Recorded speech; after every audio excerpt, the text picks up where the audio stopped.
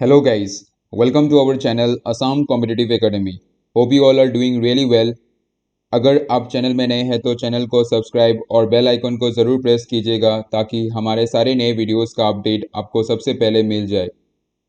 आज हम अपने इस वीडियो में एग्रीकल्चर एक्सटेंशन असिस्टेंट पोस्ट के जनरल साइंस सेक्शन का प्रीवियस ईयर क्वेश्चंस और मोस्ट इम्पोर्टेंट क्वेश्चंस आपके लिए लाए हैं। तो चलिए शुरू करते हैं। Question number 1, in what form is excess food stored in A plant. Excess food जो होता है प्लांट्स में वो किस फॉर्म में आपका स्टोर होता है। तो इसका सही उत्तर होगा आपका option number B, starch. Starch के फॉर्म में आपका एक्सेस फूड जो है प्लांट में वो स्टोर होता है। तो कुछ और इन्फॉर्मेशन जान लेते हैं। स्टार्च, पहले जान लेते हैं स्टार्च क्या होता है। A polysaccharide carbohydrate C6H10O5 N times consisting of a large number of glucose molecules joined together by glycosidic bonds and found specially in seeds, bulbs and tubers। तो स्टार्च क्या होता है आपका, ये एक पॉलीसेकेराइड कार्बोहाइड्रेट होता है स्टार्च, और C6H10O5 N टाइम्स के लिए होता है। तो ये जो आपका C6H10O5 है ये आपका ग्लूकोज का फॉर्मूला है। ये भी आप याद रखिएगा। consisting of a large number of glucose molecules joined together और ग्लाइकोसिडिक बॉन्ड से ये ज्वाइंट होता है। और यह कहाँ पाया जाता है आपका, नॉर्मली सीड्स, बल्ब्स और ट्यूबर्स। और all plant seeds and tubers contain starch which is predominantly present as amylose and amylopectin। ये भी आप याद रखिएगा, प्लांट्स में आपका जो स्टार्च है ये एमाइलोस और एमाइलोपेक्टिन के फॉर्म में आपका predominantly present रहता है। Plants use starch as a way to store excess glucose and thus also use starch as food via the mitochondrial oxidative phosphorylation during at night or when photosynthesis unlikely। जब photosynthesis आपका unlikely होता है, night के time में नहीं होता, तो आपका उस समय स्टार्च को यूज़ करते हैं ये लोग, जो एक्सेस ग्लूकोज है वो स्टोर करके। तो आपका ये तो आप हो गया आपका प्लांट्स के लिए। तो एनिमल्स में क्या होता है आपका, animals do not store access glucose starch, starch के फॉर्म में वो सेव स्टोर नहीं करते। तो वो किस फॉर्म में करता है आपका, ग्लाइकोजन फॉर्म में स्टोर करता है प्लांट्स। ये भी बहुत इंपॉर्टेंट है आपका। प्लांट्स में आपका हो गया स्टार्च और एनिमल में हो जाएगा आपका glycogen. However certain animals feed on starch laden woods, कुछ एनिमल्स जो है वो आपका स्टार्च प्रेजेंट जो फूड्स रहते हैं उससे आपका न्यूट्रिशन ऑब्टेन करते हैं। तो ये रहा आपका स्टार्च का एक पिक्चर, और जो पोटैटो के जो ट्यूबर्स हैं उनसे भी आपका स्टार्च लिया जा सकता है। तो उसी का एक पिक्चर यहाँ पे दिखाया गया है। बढ़ते हैं अगले क्वेश्चन की तरफ। Question number 2, which stem creeps horizontally under the surface of the soil. Question अच्छे से आप देखिएगा, इसमें बोला गया है which stem creeps horizontally under the surface of the soil. Soil के अंडर, सॉइल का अंदर में होता है ये, not on the soil. On the soil होने से आंसर डिफरेंट होगा। ये under the soil, under the surface of the soil बोला है, तो इसका सही उत्तर होगा आपका ऑप्शन नंबर डी, राइजोम। और ये राइजोम क्या होता है आपका, a rhizome is the main stem of the plant that runs underground horizontally. Horizontally आपका ये राइजोम जो है ये रन करता है। A stolon is similar to a rhizome but a stolon sprouts from an existing stem and has long internodes and generates new shoots at the end such as in the such as in the strawberry plant। Strawberry plant में जैसे रहता है उसको हम क्या कहते हैं, stolon कहते हैं। In botany, stolons are stems which grow at the soil surface or just below ground that form the adventitious roots at the nodes and new plants from the bud। Stolons are often called runners। तो आपका जो basic difference क्या होता है, rhizome होता है आपका underground में और रनर्स क्या होता है आपका ऑन द सरफेस आपका रन करता है। तो यही आपका बेसिक डिफरेंस है। यहाँ पे आपका दिखाया गया है, ये लोटस का राइजोम है, ये लोटस का राइजोम है, और यहाँ पे आपका यूफोर्बिया का आपका दिखाया गया है। बढ़ते हैं अगले क्वेश्चन की तरफ। The presence of dash pollutants has cause the damage of the Taj Mahal. Taj Mahal आपका किस पॉल्यूटेंट के प्रेजेंस के वजह से आपका डैमेज हुआ है। आपका जो ताजमहल का डिस्कलरेशन हुआ है उसमें इसका एक बहुत ही बड़ा कंट्रीब्यूशन है। तो इसका सही उत्तर होगा आपका सल्फर डाइऑक्साइड। सल्फर डाइऑक्साइड इसका सही उत्तर होगा। और ये आपका किस फेनोमेनन में इन्वॉल्व है, आपका एसिड रेन के साथ इसका लिंक्ड है। Sulphur dioxide and nitrogen dioxide are the types of pollutants which are released into the atmosphere by burning of fossil fuels like diesel and coal. आपका डीजल और कोल आपका बर्न होने के वजह से ये आपका सल्फर डाइऑक्साइड और नाइट्रोजन डाइऑक्साइड रिलीज होता है। तो उसी की वजह से आपका क्या होता है, pollutants react with the water vapors present in the atmosphere to form nitric acid and sulfuric acid respectively. By precipitation these acids come down in the form of acid rain. तो आपका जो होता है नाइट्रिक एसिड और sulphuric acid form होता है इसी के वजह से, इसी के रिएक्शन के वजह से। और आपका जब आपका रेनफॉल होता है तो वो एसिड रेन मतलब एसिड कंटेन करता है, तो आपका एसिड रेन के फॉर्म में आपका अर्थ के सरफेस में आता है। तो उसी के वजह से when the acid rain attacks or falls on the Taj Mahal, the monument gets corroded. The Taj Mahal is completely made of marble. Acid rain reacts with the marble to form a powder-like substance which is then washed away by the rain. This phenomenon is called marble cancer. इसको हम marble cancer भी कहते हैं। ताजमहल का जो body है ये आपका मार्बल से बना हुआ रहता है, तो आपका जो एसिड रेन जब गिरता है तो वो कोरोड हो जाता है। तो उसी की वजह से ताजमहल का अभी डिस्कलरेशन हो रहा है।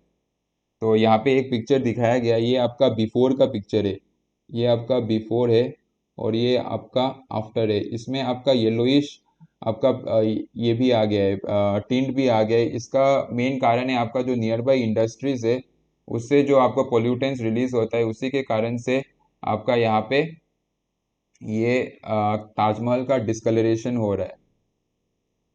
बढ़ते हैं अगले क्वेश्चन की तरफ। The 3 R stands for reduce reuse and dash. आपका जो 3 R's है वो आपका ब्लैंक्स को आपका कंप्लीट करने के लिए बोला है, आपका रिड्यूस रीयूज एंड डैश। तो इसका सही उत्तर होगा आपका रिड्यूस रीयूज एंड रिसाइकल। ये आपका सस्टेनेबल डेवलपमेंट के लिए बहुत ही यूज़ किया जाने वाला आपका टर्म है ये। तो आपका यहाँ पे और डिटेल में एक्सप्लेन किया गया है, the 3 R's reduce reuse and recycle all help to cut down on the amount of waste we throw away.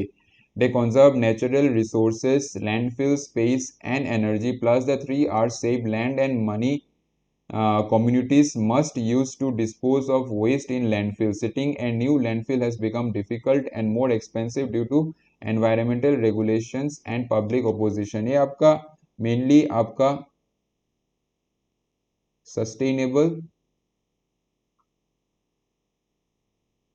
Sustainable development को आपका प्रोमोट करने के लिए ये आपका जो 3 R's का कॉन्सेप्ट है ये आपका यूज किया जाता है, रीयूज रिड्यूस एंड रिसाइकल।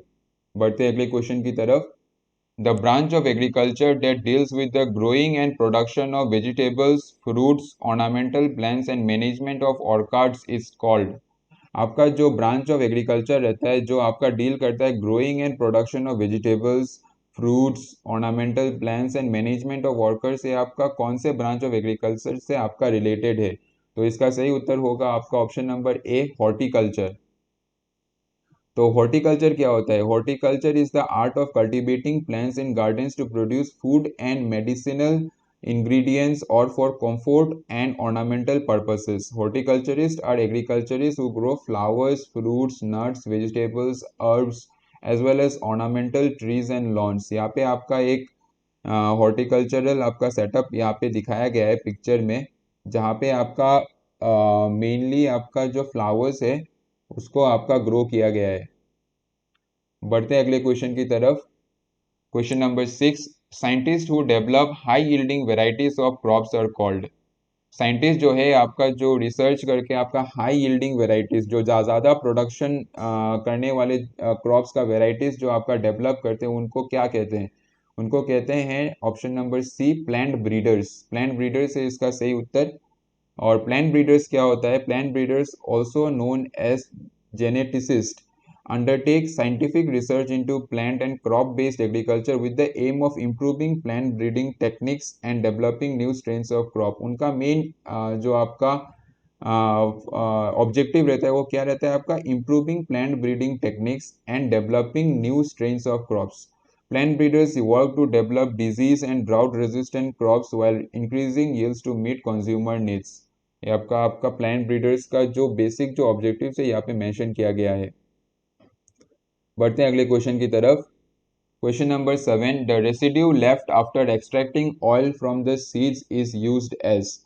जो आपका ऑयल एक्सट्रैक्ट करने के बाद जो रेसिड्यू रह जाता है उसको हम किस चीज़ के लिए यूज़ करते हैं? तो इसका सही उत्तर होगा आपका फॉडर फॉर कैटल।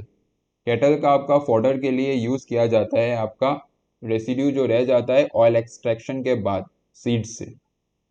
तो fodder also called provender is any agricultural foodstuff used specifically to feed domesticated livestock। तो fodder क्या होता है? आपका फीडिंग के लिए यूज किया जाता है fodder को। आपका डोमेस्टिक एनिमल्स जो है उनको आपका फीड करने के लिए आपका यूज किया जाता है। फॉर एग्जांपल आपका cattle, rabbits, sheep, horses, chickens and pigs. Fodder refers particularly to food given to the animals rather than that which they forage for themselves। Fodder आपका पर्टिकुलरली क्या डिपेंड मतलब मीन करता है? जो फूड आपका animals को दिया जाता है उसी को हम मीन करते हैं लाइक फॉडर। तो बढ़ते हैं अगले क्वेश्चन की तरफ। Question number 8, chemicals use to prevent seeds from the attack of microorganisms are called. Chemicals जो यूज किया जाता है आपका सीड को आपका प्रिवेंट करने के लिए माइक्रो ऑर्गेनिजम्स के अटैक से, तो उसको हम क्या कहते हैं? Option number C, fungicides. Fungicides जो है हम यूज करते हैं आपका सीड्स को प्रिवेंट करने के लिए माइक्रो ऑर्गेनिज्म के अटैक से। तो fungicides are biocidal chemical compounds और biological organisms used to kill parasitic fungi or their spores. A fungistatic inhibits their growth. Fungi can cause serious damage in agriculture, resulting in critical losses of yield, quality, and profit. Fungicides are used both in agriculture and to fight fungal infection in animals. Chemicals used to control omycetes and which are not fungi are also referred to as fungicides। तो fungicides को हम कैसे apply करते हैं plants के ऊपर? आपका जो स्प्रेयर के हेल्प से हम उसको एज अ सॉल्यूशन मिक्स करके हम अप्लाई करते हैं, ताकि हम जो प्लांट में जो हार्मफुल माइक्रो ऑर्गेनिजम्स है उनको किल करने के लिए, मारने के लिए। बढ़ते हैं अगले क्वेश्चन की तरफ। Question number 9, crops can be stored bye. यहाँ पे क्रॉप्स को स्टोर करने का जो आपका मेथड है वो इनमें से आपका कौन कौन से हैं ये पूछा गया है। फर्स्ट ऑप्शन है आपका ड्राइंग, बी आपका केमिकल ट्रीटमेंट, सी आपका कोल्ड स्टोरेज, डी आपका ऑल ऑफ डी अबव। यहाँ पे हम देखते हैं कि फर्स्ट ऑप्शन आपका ड्राइंग है। ड्राइंग यूज़ किया जाता है क्योंकि हम ट्रेडिशनली जो देखते हैं, हम जो आसपास में जो देखते हैं उसमें हम देखते ही होंगे कि हम पैडी को हम लाइक सन में रखते हैं, लाइक धूप में रखते हैं ताकि वो आपका ड्राई हो जाए। तो ड्राई हो जाएगा तो आप हम उसको ज़्यादा समय के लिए स्टोर करके रख सकते हैं क्योंकि उनमें मॉइस्चर कंटेंट कम हो जाता है। तो इससे तो ड्राइंग आपका सही है। केमिकल ट्रीटमेंट भी आपका सही है क्योंकि आपका स्टोरेज के समय में बहुत सारे केमिकल्स हम यूज़ कर सकते हैं to preserve them for a longer period of time. और कोल्ड स्टोरेज भी आपका बिल्कुल सही है क्योंकि हम कोल्ड स्टोरेज में रख के उनको काफ़ी लंबा टाइम के लिए स्टोर कर सकते हैं क्रॉप्स को। तो इसका सही उत्तर हो जाएगा आपका D, all of the above. All of the above इसका सही उत्तर है। बढ़ते हैं अगले क्वेश्चन की तरफ। Question number 10, what is the main purpose of hybridization. Hybridization का आपका मेन पर्पस क्या है? तो इसका सही उत्तर होगा आपका option number A, produce new breeds. Hybridization का आपका मेन आपका जो ऑब्जेक्टिव रहता है वो न्यू ब्रीड्स प्रोड्यूस करना है। तो a hybrid in general sense is any of mixed origin or composition or the combination of two or more different things in reproductive biology। For instance, hybridization refers to the process of producing offspring by mating two parents from different varieties or species। आपका जो different varieties और species को हम mating करा के जो नया offspring produce करते हैं उसको हम हाइब्रिडाइजेशन कहते हैं। यहाँ पे आपका एक एग्जांपल दिखाया गया है जिसमें आपका एक टॉल प्लांट है और एक में आपका शॉर्ट प्लांट है। तो उसको आपका F1 जनरेशन जो होता है उसमें ऑल टॉल आ रहा है। उसके बाद उसका हम सेल्फ फर्टिलाइजेशन करेंगे तो आपका 3:1 रेशियो में 3 आपका टॉल आ रहा है और 1 आपका शॉर्ट आ रहा है। तो इसी फेनोमेनन को हम क्या कहते हैं? हाइब्रिडाइजेशन। बढ़ते हैं अगले क्वेश्चन की तरफ। Question number 11, which of the following process involves the altering of genetic material. तो जेनेटिक मटेरियल को चेंज करना ऑल्टर करना, इनमें से कौन से प्रोसेस में ये चीज़ इन्वॉल्व होता है? तो इसका सही उत्तर होगा आपका option number C, genetic engineering.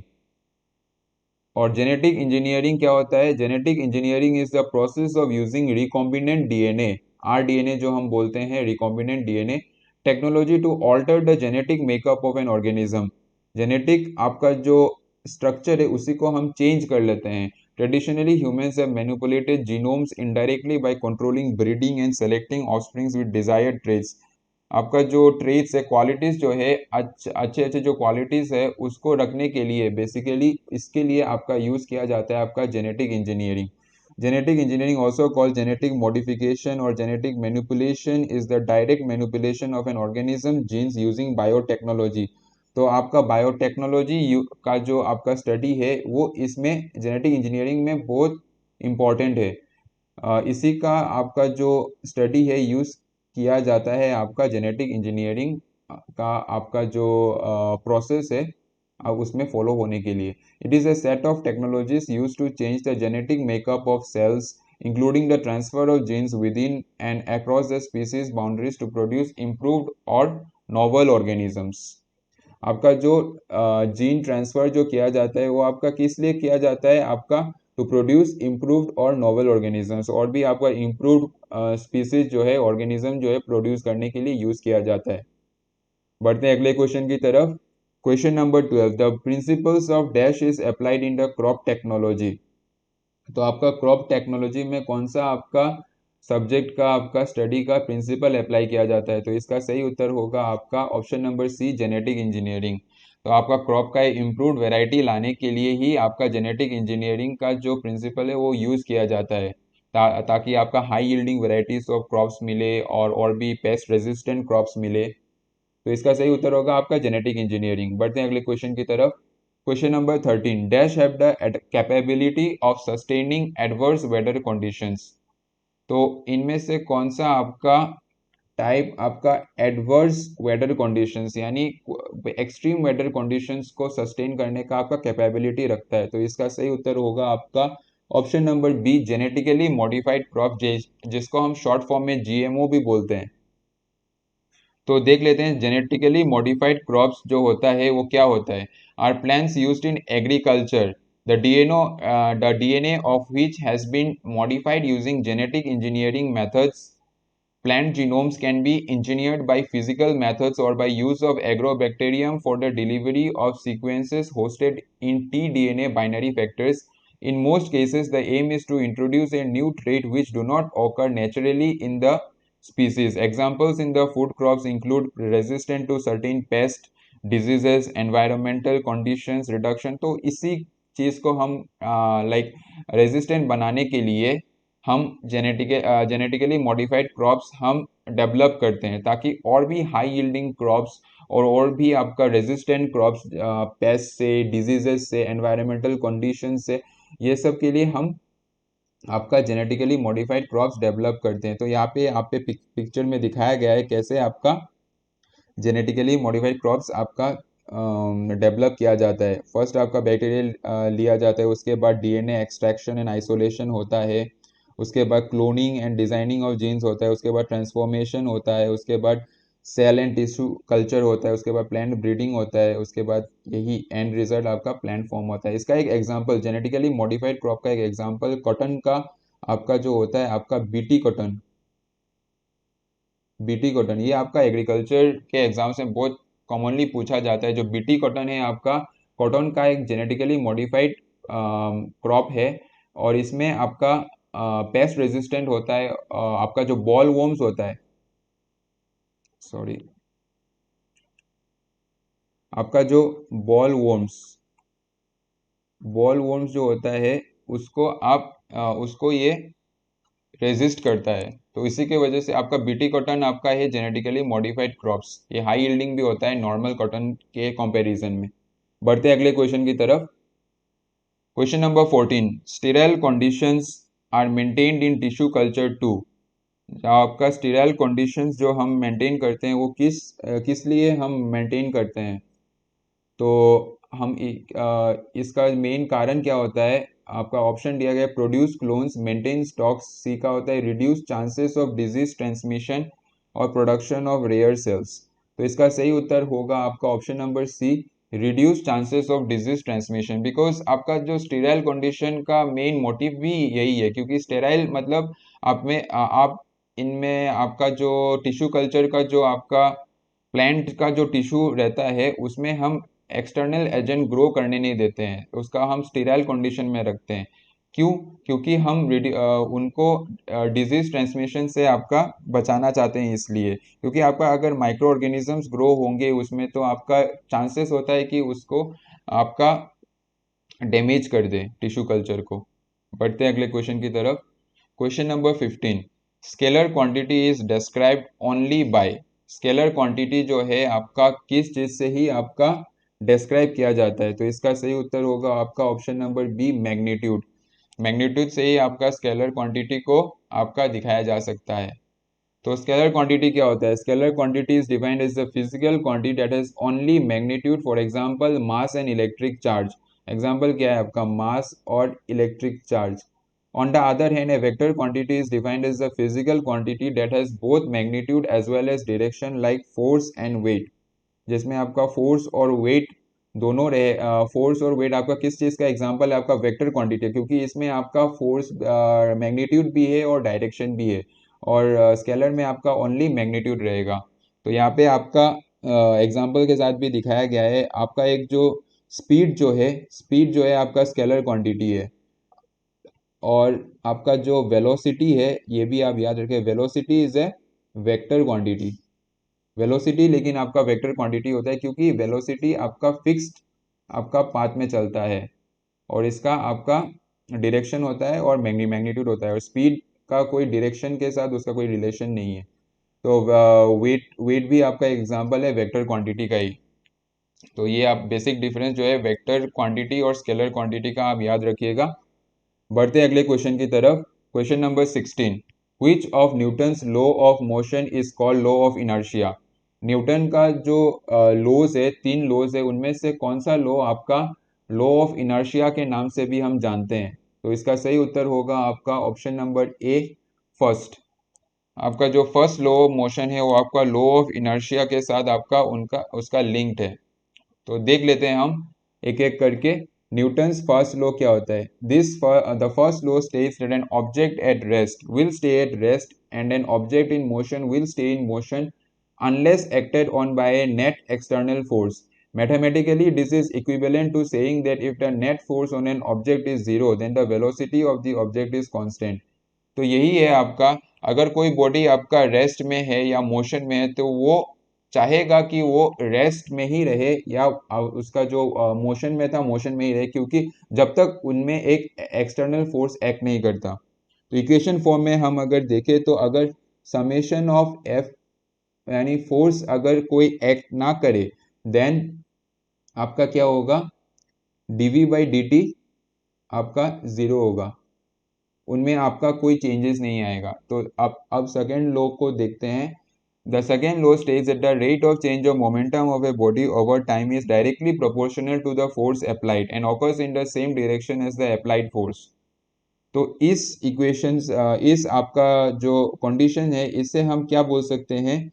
इसमें बोला गया है कि rate of change of momentum over time is directly proportional to the force applied, यानी एफ प्रोपोर्शनल होगा आपका dp बाई dt से, जिसमें p आपका क्या है? मोमेंटम है। तो हम क्या लिख सकते हैं इसको अभी? f is equal to D, आपको मोमेंटम को हम mv भी लिख सकते हैं, और मास क्योंकि कांस्टेंट है तो मास को हम बाहर ला सकते हैं और dv बाई dt लिख सकते हैं। और हमें आपका जो बहुत ही कॉमन फॉर्मूला है वो आप हमें इस इक्वेशन के हेल्प से, इस लॉ के हेल्प से मिल जाएगा। m is equal D V by D T क्या होता है? आपका एक्सिलरेशन होता है, rate of change of velocity. तो ये f is equal to M A जो है ये आपका न्यूटन सेकेंड लॉ से ही डिराइव किया गया है, याद रखिएगा। और Newton's third law, the third law states that all forces between two objects exist in equal magnitude and opposite direction. तो ये इसको हम law of conservation of momentum आपका लॉ भी कहा जाता है, क्योंकि इसमें ही वो जो आपका जो स्टेटमेंट है every action as an equal and opposite reaction, इसी लॉ से आपका जस्टिफाई होता है वो। तो बढ़ते हैं अगले क्वेश्चन की तरफ। Question number 17, which of the following materials has the maximum specific heat. इनमें से आपका जो मटेरियल्स दिया गया है, इनमें से कौन सा मटेरियल आपका सबसे आपका मैक्सिमम स्पेसिफिक हीट होता है। तो इसका सही उत्तर होगा आपका ऑप्शन नंबर बी, वाटर, क्योंकि वाटर में आपका सबसे ज़्यादा आपका स्पेसिफिक हीट वाटर का ही होता है कोई भी मटेरियल के कंपैरिजन में।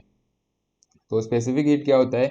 The specific heat is the heat required to raise the temperature of the unit mass of a given substance by a given amount, usually 1 degree. तो ये होता है आपका स्पेसिफिक हीट। तो यहाँ पे टेबल में दिखाया गया है आपका silver, copper, iron, steel, brass, ice, steam और वाटर। देखा गया है कि आइस का आपका वाटर का सबसे ज़्यादा है। आपका जो स्पेसिफिक हीट है वह याद रखिएगा।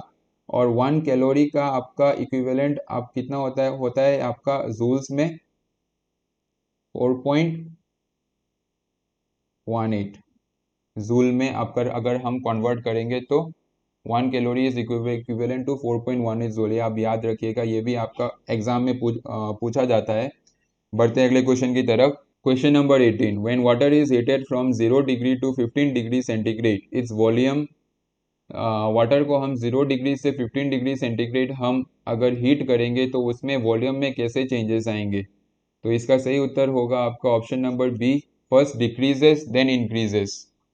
इसमें आपका अगर हम एक ग्राफ प्लॉट करेंगे, इसमें हम देखेंगे, इसमें हम वाई एक्सिस में वॉल्यूम और यहाँ पे आपका एक्स एक्सिस में अगर हम टेम्परेचर प्लॉट करेंगे, मार्क करने 0, 2, 4, 6 ऐसे एंड सो ऑन 8, तो हम क्या देखेंगे कि पहले आपका जो वॉल्यूम है वो डिक्रीज होगा अप टू 4 डिग्री सेंटीग्रेड। उसके बाद आपका जो नॉर्मली जो होता है हीटिंग करने से आपका जो वॉल्यूम आपका इंक्रीज होता है वही होगा। ये आपका एक वाटर का एक फेनोमेनन है जिसमें आपका क्या देखा नॉर्मली क्या देखा जाता है आपका, नॉर्मली हम क्या देखते हैं, आपका डेंसिटी आपका डिक्रीज होता है और आपका वॉल्यूम इंक्रीज होता है जब आपका हीट दिया जाता है तो। और यहाँ पे आपका 0 to 4 डिग्री सेंटीग्रेड में वाटर का क्या होता है, आपका डेंसिटी आपका बढ़ जाता है और वॉल्यूम आपका डिक्रीज होता है। ये फेनोमेनन आप याद रखिएगा। बढ़ते हैं अगले क्वेश्चन की तरफ। Question number 19, which of the following is not an electromagnetic wave. इनमें से कौन सा आपका इलेक्ट्रोमैग्नेटिक वेव नहीं है। तो इसका बहुत ही आसान जवाब है इसका option number D, seismic waves. Seismic waves इनमें से आपका इलेक्ट्रोमैग्नेटिक वेव नहीं है। बाकी एक्स रेज और लाइट वेव्स और रेडियो वेव्स आपका इलेक्ट्रोमैग्नेटिक वेव्स के आपका कैटेगरी में आपका आता है। बढ़ते हैं लास्ट क्वेश्चन की तरफ। Question number 20, what is the unit for measurement of intensity of loudness of sound. आपका intensity of loudness of sound को मेजर करने के लिए कौन सा यूनिट आपका यूज किया जाता है। ये आपका बहुत ही कॉमन क्वेश्चन है आपका साइंस सेक्शन के लिए, कोई भी एग्जाम के लिए याद रखिएगा। इसका सही उत्तर है आपका option number D, decibel. Decibel इसका सही उत्तर है। और देख लेते हैं कि और जो यूनिट दिए गए हैं उसको हम किस चीज़ के मेजरमेंट के लिए यूज़ किया जाता है। वोल्ट को हम यूज़ करते हैं आपका पोटेंशियल डिफरेंस। पोटेंशियल डिफरेंस को हम मेजर करने के लिए जो यूनिट यूज़ किया करते हैं हम उसको हम वोल्ट कहते हैं। एम्पियर आपका करंट के लिए यूज़ किया जाता है। और ओम होगा आपका इलेक्ट्रिकल रेजिस्टेंस के लिए आपका मेजर करने के लिए ओम यूज़ किया जाता है। और एक एडेड आपका ओम का सिंबल होता है आपका ऐसे, और जब उसको उल्टा लिखा जाता है तो उसका यूनिट क्या हो जाएगा आपका कंडक्टेंस। कंडक्टेंस को आपका मेजर करने के लिए ये यूज़ किया जाता है, इसको हम MHO मो भी लिखते हैं। So that's all for this session. हम और भी क्वेश्चंस अपने नेक्स्ट वीडियोस में डिस्कस करेंगे। अगर आपको वीडियो अच्छा लगा हो तो वीडियो को लाइक और चैनल को ज़रूर सब्सक्राइब कीजिएगा। Thank you, take care.